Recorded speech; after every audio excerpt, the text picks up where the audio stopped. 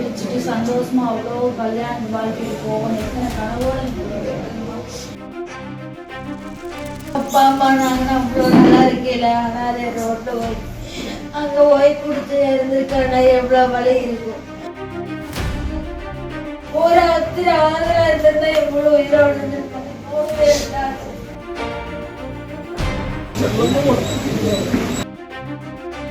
அந்த கடைசி 5 நிமிஷம் அந்த பொண்ணோட மனசு, அந்த பொண்ணோட இதயத்துல அந்த விஷயங்கள் கொஞ்சம் யோசனை பண்ணி பார்த்துட்டு அந்த இடத்துல உங்க பொண்ணை வச்சு பாருங்க.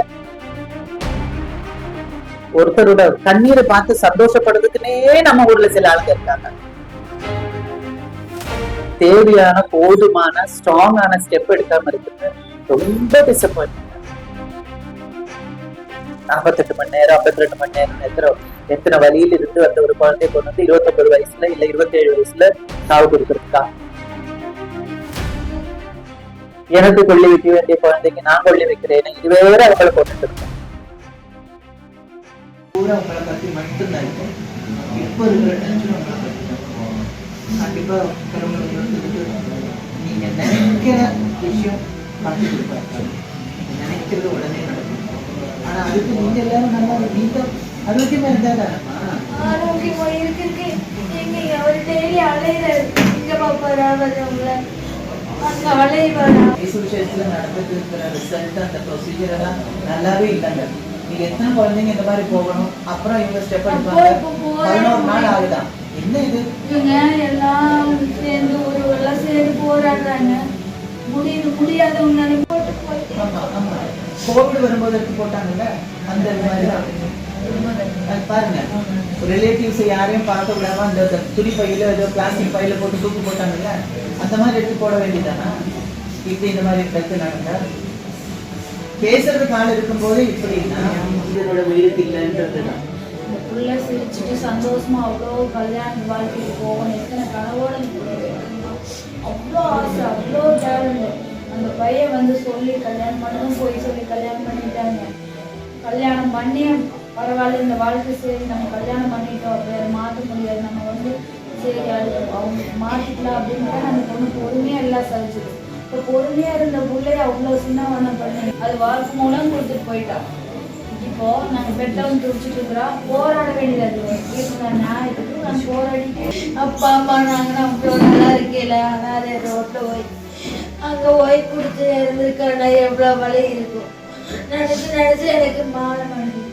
நாங்கள் நம்ம உள்ளோடையே நம்ம போகல நம்ம உள்ள அனாதையை விட்டுட்டுமே அப்படின்னு இருக்குதுப்பா. ஒரு இலவச பிறந்திருக்கா வருவோம் அப்படின்னு சொல்லுவோம். எப்படா வந்திருக்கா என் பொண்ணுக்கு ஒரு அத்திர ஆதரா இருந்தா எவ்வளவு உயிரோடு இருந்திருப்பான். அவ வந்து குடும்பி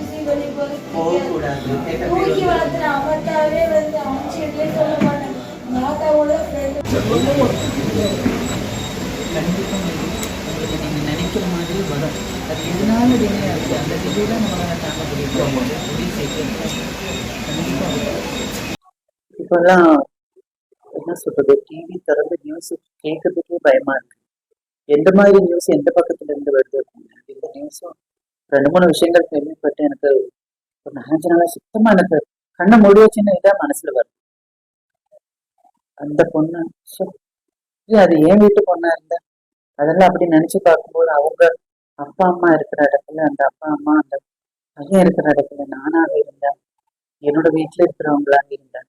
அப்படியே மனசு போட்டு இது பண்ணிட்டு இருக்கேன். அதை விட என்ன வருத்தம்னா ஒரு குழந்தையோட உயிர் அனிமல்ஸுக்கு இருக்கிற அந்த அந்த ஒரு அனிமல்ஸுக்காக போராடுறவங்களுக்கு இருக்கிற அந்த ஒரு மரியாதை கூட ஒரு மனிதனுடைய உயிருக்கு இல்லையா? என்ன இது ஒரு கொடூரம் நடந்திருக்கு. அதை விட மனசுக்கு வருத்தமும் பயமும் கொடுக்கறது. என்ன ஸ்டெப் எடுத்துட்டு இருக்காங்க, எதுக்கு இவ்வளவு டிலே? அதுக்கு தகுந்த மாதிரி ப்ரூஃப் அது இதெல்லாம் கொடுத்துட்டு இருக்காங்க. என்ன செய்யணுமோ மற்ற ஊர்கள்ல எல்லாம் மற்ற கண்ட்ரீஸ்ல எல்லாம் பண்ற மாதிரி கடுமையான தண்டனை உடனே கொடுத்தாதானங்கள் இந்த மாதிரி விஷயங்கள் நடக்காம இருக்கும்.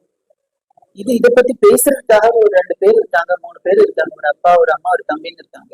இது எந்த வசதியுமே இல்லாம எந்த வித சப்போர்ட்டும் இல்லாம யாருமே இல்லாம ஐயோ நான் வெளியே சொன்னா அவங்க எங்களை அப்படி பண்ணிடுவாங்களே இப்படி பண்ணிடுவாங்களே, எத்தனை ஏழைகள், எத்தனை எத்தனை பெண் குழந்தைகளோட அப்பா அம்மா சகோதரர்கள் இருக்கிறாங்க. ரொம்ப கஷ்டமா இருக்கு இதுக்கு எடுத்துட்டு இருக்கிற ஸ்டெப்ஸ் பார்க்கும்போது. தயவு செய்து தப்பு செஞ்சவங்கள கொஞ்சம் கூட டிலே பண்ணாம அவங்களுக்கு தேவையான பனிஷ்மெண்ட் கொடுக்கும் போதுதான் இன்னொரு உயிர் போகக்கூடாது. என்னமோ இப்போ பனிஷ்மெண்ட் அவங்களுக்கு ஏதாவது பண்ணா கூட அதுக்கு சப்போர்ட் பண்றதுக்கு இருக்கிற ஆளுங்களை பார்க்கும்போதுதான் அரசியல் இருக்கேன், அதுல இருக்கேன், இதுல இருக்கேன்னு சொல்லி எடுக்காம ஒரு மனிதாபிமான அடிப்படையில் இருங்க. ஒரு உயிர் இந்த போனது, ஒரு உயிர் ரோட்ல போயிட்டு இருக்கும்போது நாய் பார்த்தாச்சுன்னா இப்படி கல்லு தூக்கி போடக்கூடாது, காலால மிதிக்க கூடாதுன்னு சொல்றாங்க. அதுக்கு கேர் பண்றதுக்கு ஆள் இருக்கு. ஆனா ஒரு ஒரு சொறி நாயோ வெறிநாயோ கடிச்சு கொதறி ஒரு குழந்தையோ ஒரு ஒரு மனிதனும் செத்து போச்சுன்னா அதுக்கு பிரச்சனை இல்லை. ஆமா, ஒரு ஒரு ஒரு அனிமலுக்கு இருக்கிற அனிமலும் உயிருள்ள ஒரு ஜீவன் தான். பட் இருந்தாலும் அதுக்கு கொடுக்குற ஒரு இது கூட ஒரு ஜீவனுக்கு இல்லையா? என்ன இது?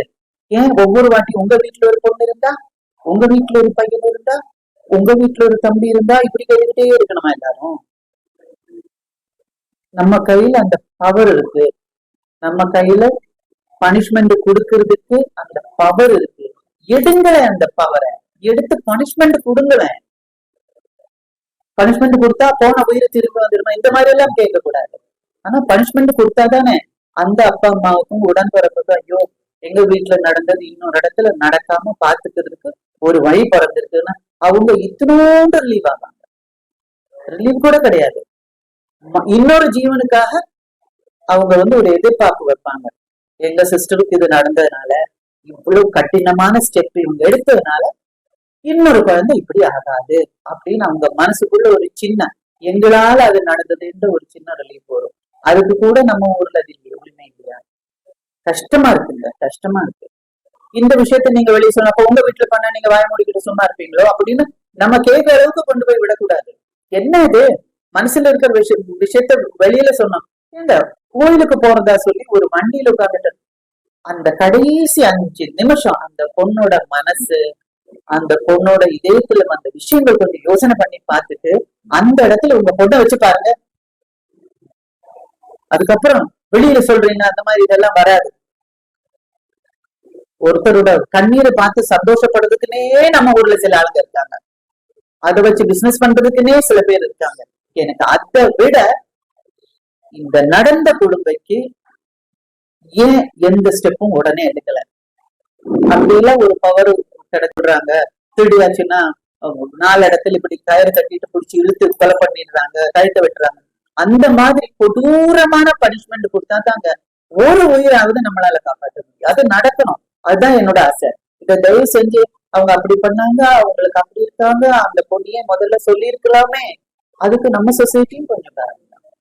ஒரு பொண்ணு அப்படி போயிட்டு ஒரு வேளை திரும்பி வந்தாச்சுன்னா, அப்படி பண்ணாதடி, உங்க அப்பா அம்மாவுக்கு கெட்ட பேரு வரும்டி, அப்படி இப்படியே சொல்லி சொல்லியே உங்க பொண்ணு திரும்பி வந்துருச்சு அப்படின்னு சொல்லியே இது ஒரு டென்ஷன் அவங்க மனசுக்குள்ள வச்சு அதை பயந்துக்கிட்டு அதை மனசுல வச்சுக்கிட்டு தெரிஞ்சுக்கிட்டு அதை அப்படியே உள்ள அடக்கி அடக்கி அடக்கி இந்த மாதிரி ஒரு முடிவுக்கு வருது. கொடுமைகள் வெளியில சொல்லக்கூடாது, சொன்னா உனக்கும் உங்க அப்பாவுக்கும் உங்க அம்மாவுக்கும் உங்க கூட பிறந்த ஆளுங்களுக்கு அப்புறம் கல்யாணம் நடக்காது. இதெல்லாம் நம்ம ஆளுங்களும் கொஞ்சம் சொல்லுங்க, நிறுத்துங்க. நம்ம கிட்டயும் தப்பு இருக்கு. பட் இருந்தாலும் இந்த நடந்த கொடுமைக்கு ஸ்டெப் எடுக்காம இருக்கு, அதாவது தேவையான போதுமான ஸ்ட்ராங்கான ஸ்டெப் எடுக்காம இருக்குது ரொம்ப டிசப்பாயின்மெண்ட், ரொம்ப டிசப்பாயின்மெண்ட். இப்பெல்லாம் டிவி அந்த ரிமோட் கண்ட்ரோல் எடுத்துட்டு வேண்டான்னு சொல்லி வைக்கிற அளவுக்கு போயிட்டு இருக்கு ஒவ்வொரு விஷயமும். இது மட்டும் இல்ல, ஒவ்வொரு விஷயமும் ரொம்ப கஷ்டமா இருக்கு. இங்க ஒண்ணு அங்க இன்னொரு இடத்து ரொம்ப கஷ்டமா இருக்குது. அது என்ன சொல்றது, இந்த வருத்தம் இந்த கோபம் எல்லாம் அம்மா இவங்க சொன்ன மாதிரி, அந்த பொண்ணோட அம்மா சொன்ன மாதிரி மனசுக்குள்ளேயே வச்சு கொள்ள வேண்டியதா இருக்கு. வெரி பேட், ரொம்ப கஷ்டமா இருக்கு. ஒன்னும் சொல்லவும் முடியல. நம்ம சொன்னா கூட ஆமா பெருசா அவங்க சொல்லிக்குவாங்க, அவங்க வந்தாங்க, அவங்க நடிகை தானே, அவங்க அப்படி காட்டுறாங்க இல்ல. அந்த பொண்ணோட கடைசி 5 மினிட்ஸ் எப்படி இருக்கும்னு நான் யோசனை பண்ணேன். அந்த கடைசி 5 மினிட்ஸ் அந்த பொண்ணு என்னென்ன திங்க் பண்ணிருக்கும் கொஞ்சம் யோசனை பண்ணுங்க.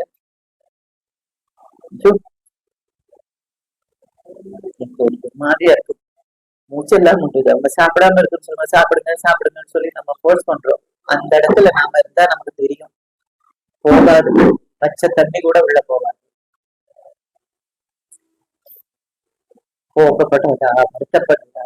ஆனா ஆச்சரியமா இருக்குல்ல, கெட்டது செய்யும் போது அவங்களுக்கு சப்போர்ட் பண்றதுக்கு சில ஆளுங்க வருவாங்க பாருங்க. அபிஷியல்ஸா இருந்தாலும் சரி, கவர்மெண்டா இருந்தாலும் சரி, ஆட்களா இருந்தாலும் சரி, நம்ம சொசைட்டியா இருந்தாலும் சரி, அது தயவு செஞ்சு மாத்திருங்க ப்ளீஸ்.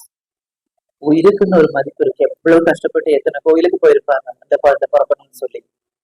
எத்தனை 48 மணி நேரம் 52 மணி நேரம் எத்தனை வழியில இருந்து அந்த ஒரு குழந்தைய கொண்டு வந்து 29 வயசுல இல்ல 27 வயசுல சாவு கொடுக்கறதுக்கா?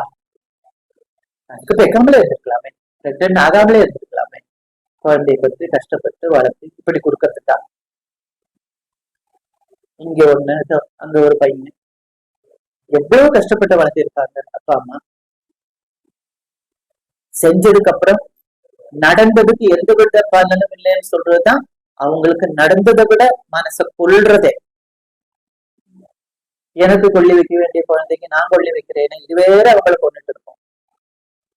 அப்பாவா இருந்தாலும் சரி, அம்மாவா இருந்தாலும் சரி. எனக்கு என்ன சொல்றதுன்னே தெரியலங்க. ரொம்ப நிஜமா பயமா இருக்கு போல டிவி ஆன் பண்றேன். ட்ரெண்ட ஃப்ரெண்ட் ஆக்கிக்கோங்க. தந்தி டிவியின் சப்ஸ்கிரைபர்ஸ் அண்ட் ஃபாலோவர்ஸ் குடும்பத்துல நீங்களும் இணையுங்க.